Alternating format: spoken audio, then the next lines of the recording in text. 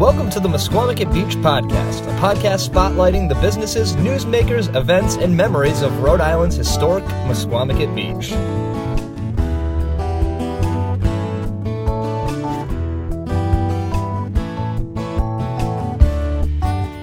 Hello, everybody, and welcome back to the Mesquamaket Beach Podcast. I am so excited to bring you this episode. We are getting ever so close to Springfest. It is next weekend, May 11th, 12th, and 13th at Mesquamaket Beach on the State Beach parking lot. As I said last episode, we're going to have rides, we're going to have food trucks, we're going to have so much entertainment, the live music that we're going to talk about a little bit today, the karate demonstrations, the people from Simply Enchanted, the fire jugglers. This is a festival you do not want to miss.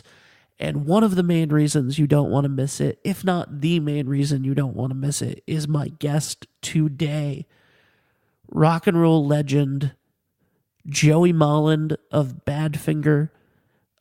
If you do not recognize the name Badfinger, you will most certainly recognize their music. No matter what, Come and Get It, Day After Day, Baby Blue, Without You, Sweet Tuesday Morning, just some of the best songs ever written were written in a very short period of time by this one band. And Joey Molland is he's out touring right now, and not only that, but his new stuff, which you can find on Spotify or wherever you find music, is just fantastic. And let me give you a little bit of a history of Badfinger. They are the first band. They were the first band ever signed to the Beatles Apple Records as the Ivies. They were the Ivies. They were given their first hit song, "Come and Get It," was written by Paul McCartney. He had to do it for a movie. He didn't want, he had a contract with a movie to make this music. He wanted somebody to do this song, "Come and Get It." He auditioned all four members of the band, the Ivies, to sing it. They found Tom was going to be the one that did it, and they, signed them to Apple Records, and it was a huge deal. And then they needed a guitar player. They brought in Joey, and they became Badfinger, and he's going to tell you all about that story today on the show. And kind of the rest is history. It's a huge honor for me to be able to have been given a few minutes of Mr. Molland's time, and it is wonderful that he is going to be on Mesquamaket Beach on May 12th, Saturday night, headlining Springfest. That's it. That's all I have to say. I am super excited that I got the opportunity to speak to Joey Molland. And without further ado, here is the Joey Molland interview.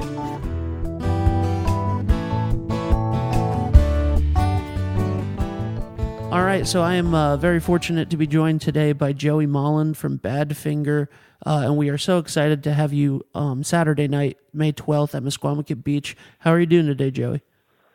I'm doing fine, having fun, and looking forward to coming to Rhode Island. It's going to be fun. Awesome, and I have it written down that you were here. You played the festival before. Yeah, I did. It was a few years ago now. Yeah. Yeah, I did. I played with there. And also I've been a couple of times. One time I played my show there, and another time I came over and saw Mike Panera and played some Chuck Berry music with him. It was great. That's awesome. Well, we're really excited to have you, and I'm excited to thank you so much for doing this interview with me. I'm a huge fan of both you and Badfinger. I think that so I did a little bit of research before talking to you today, and is it true that you joined Badfinger on the day that they became Badfinger? Yes. That's the story that they told me. the manager, Bill Collins, I came down to London for an audition for the guitar playing position in the band. And, as it happened, he was down at Apple Records early that day, and Neil Aspinall suggested Badfinger to him as a name for the band. They'd been looking all over the place for it, and they'd never found it, and he was the one who said it. So it was great. Worked out good, and a whole new band was born that day. It was fun.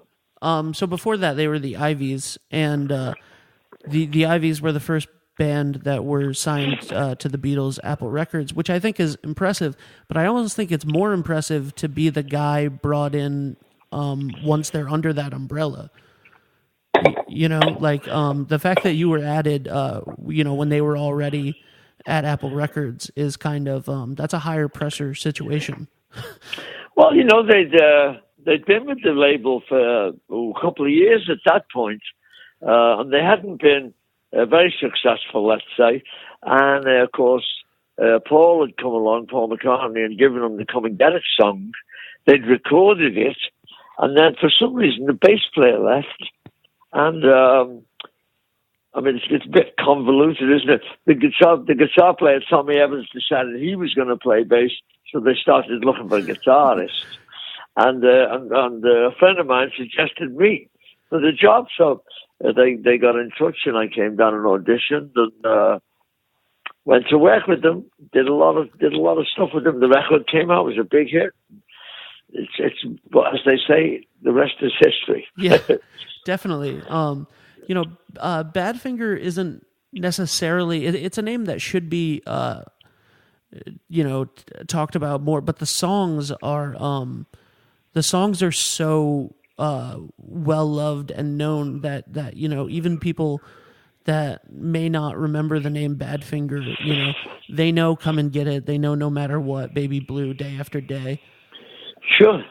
Sure. The band was never like a bunch of rock stars. We never really went after the publicity side of it. We never did the cover of Rolling Stone and all that stuff. For one reason or another. And so, a lot of people don't remember the name of the band, but they do remember those songs. The songs have gone on to become, I don't know, is iconic the word? I know. I think I would say iconic. And they're still on the radio and still being played by people like yourself. Feature them in shows, stories about the band. It's just one of those things. We just didn't play the game, the music business game very well. Yeah. And that's just the way it is. It's okay. We've lived our life, and here we are, coming back to Rhode Island to play shows. It's great. What was it like when Baby Blue went back on the charts a few years ago after being the final song in Breaking Bad? Oh, it was absolutely stunning, wasn't it? The phone started to ring. It was like we just put the record out, Yeah. So the phone started to ring. TV shows started to call. The audiences started to change a little bit. There was definitely a young slant to the audience again. They became even more mixed. And we started to sell out shows all over the place. Again, which has been a long time, really. We're an old band now, so our attendance at shows is naturally kind of depleted a bit. But it was really an incredible change for the better. I might add. We've been enjoying it ever since, and doing more and more shows, doing tours, doing different kinds of shows, acoustic shows, electric shows. Rock and roll shows, it just really, really did kind of kick it in the butt, if you like. Yeah. So in addition to Badfinger, though, while you guys were under the Apple banner, you were asked to play on some huge records for George Harrison, the concert for Bangladesh and Imagine, John Lennon Imagine. Yeah. What was that experience like? Well, as you can imagine, it was very exciting. The Beatles were the kind of the biggest band in the world at the time. I'm not sure if they're not still the biggest band in the world, but they were incredible. And we, like everybody else, were huge fans. So it was kind of all inspiring, I suppose, to be invited to go and play on their records. And I'm happy to say that they were happy and seemed to like what we did, because they kept on asking us to play. So yeah, we ended up doing all of George's album, and of course we only did a couple of songs on the Imagine album. But right. It was incredible to go to John Lennon's house and have him sing his songs to us. You know what I mean? Yeah. Learn with them. They were. I got to tell you, they were really nice people. They were super normal. They weren't like big rock stars with entourages and hundreds of people with them. They were just by themselves, and they drive themselves and load their own guitar in. You know what I mean? They were just normal people. Yeah. I've heard you say that George Harrison was more interested in the conversation about where you bought those jeans than anything else. Yeah, those kind of things. I've said that in the past, just as just to illustrate the kind of people that they were. Yeah. They'd talk about that. We'd talk about music, of course, but just talk about normal stuff. It's really cool. So at Springfest, you're going to be playing the entirety of Straight Up. Yeah. Along with a couple more of the big hits. Oh, sure, yeah. What is the what makes you choose to do an entire album for a show? Well, it seems it's kind of a trend, if you like. A promoter came to me rather, and asked if I'd be interested in doing a show like that. And of course, we've done shows over the years. We've always featured our hit music, and it was a bit of a something different for us to do. And the people, we tried it out a few times over in the New England area, and we had good attendance at the shows, and the audience really seemed to enjoy it. So we just carried on doing it, and we've been doing it now for about a year and a half. I think we've just done our 21st show, or 22nd show, and it seems to be still going really well. It's just it's a thing to feature your album. I actually attended a show recently. The Zombies were on with a featured band, and they played two of their albums. They did an album, and then they took a break, and they featured another album after that. And of course, all the great songs were played, and I really enjoyed the show myself. So it's just something happening in the music business. I'd like to say it was our idea, and we thought of it first, but I can't say that. It's a lot of fun to do that. You get to play songs that really you don't play normally, that you haven't featured in years, So it's really interesting and really good for us. And like I said, the audience seems to really enjoy it, How did you become? How did you start having Phil Solem from the Rembrandts as a special guest? Well, Phil I live in Minnesota. Phil lived in Minnesota, and we met through playing shows and became really good friends. And as a matter of fact, we do shows together all the time under the name of Drift Benders, an acoustic set it is, where we play various songs and we have a laugh, and it's kind of fun.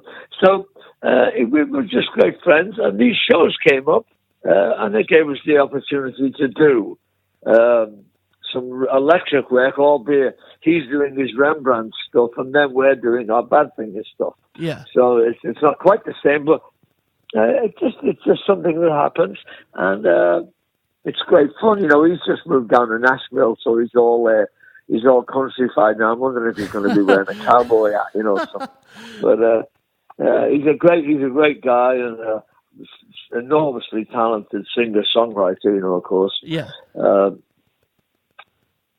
sorry? Oh, no, I just agreed with you. I'm excited to see both of you, and really excited for that. I'm also really excited. I have been listening to your solo stuff on Spotify that you've released, over the last handful of years, and Sure. I think that it is as prolific as the old Badfinger stuff. I think that it has a certain quality to it that is just it's fantastic, and I really would like to encourage people to go check out. I've heard you've referred to your albums that you've done in the last 15 years as demos. Sure, yeah. Why do you consider them demos? Well, because a lot of those songs were just in demo form, particularly on that Basil record. The CD was that's picturing my dog on the front, yeah. and his name was Basil. He's gone now. God bless him. But anyway, that's why it was demos, and a lot of times, it's very expensive to record. Yeah, absolutely. And so I've tended to any opportunity I got, I'd go in the studio and record ideas for songs that I have, and various demos with various friends of mine, and stuff like that. And sometimes I've used those demo tracks and been able to upgrade them into actual real recordings of the songs. So that explains really where I'm talking about with my demos when I make demo records. Yeah. Well, I personally, I think that they're wonderful, and I would encourage everybody to go check that out. It's just Joey Molland. Well, thank you very much. You try and do good stuff, like try and write good songs and have a little bit of a point to doing it.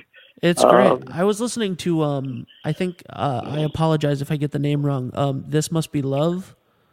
Oh yeah, I was listening to that on repeat yesterday morning. It's a nice little tune. Yeah, it was great.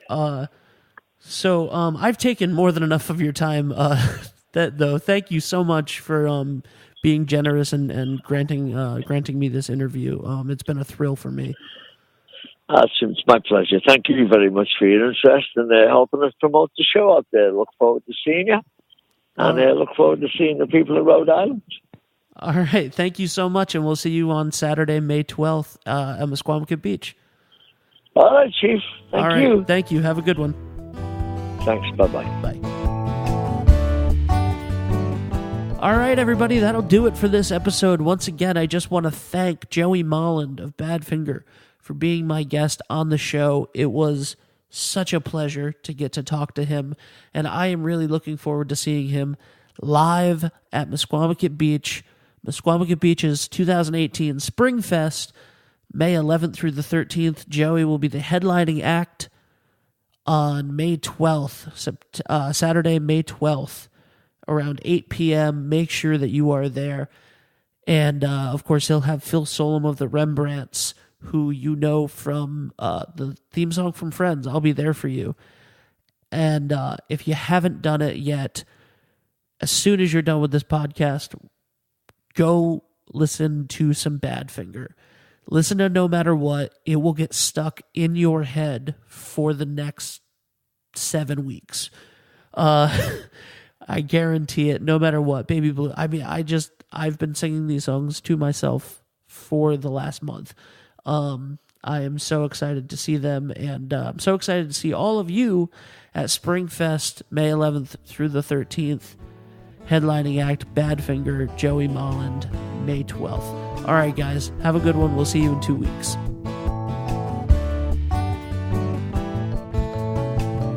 For more information on the events and businesses in Musquamacut Beach, make sure to follow us on Facebook, Twitter, and at musquamacut.org.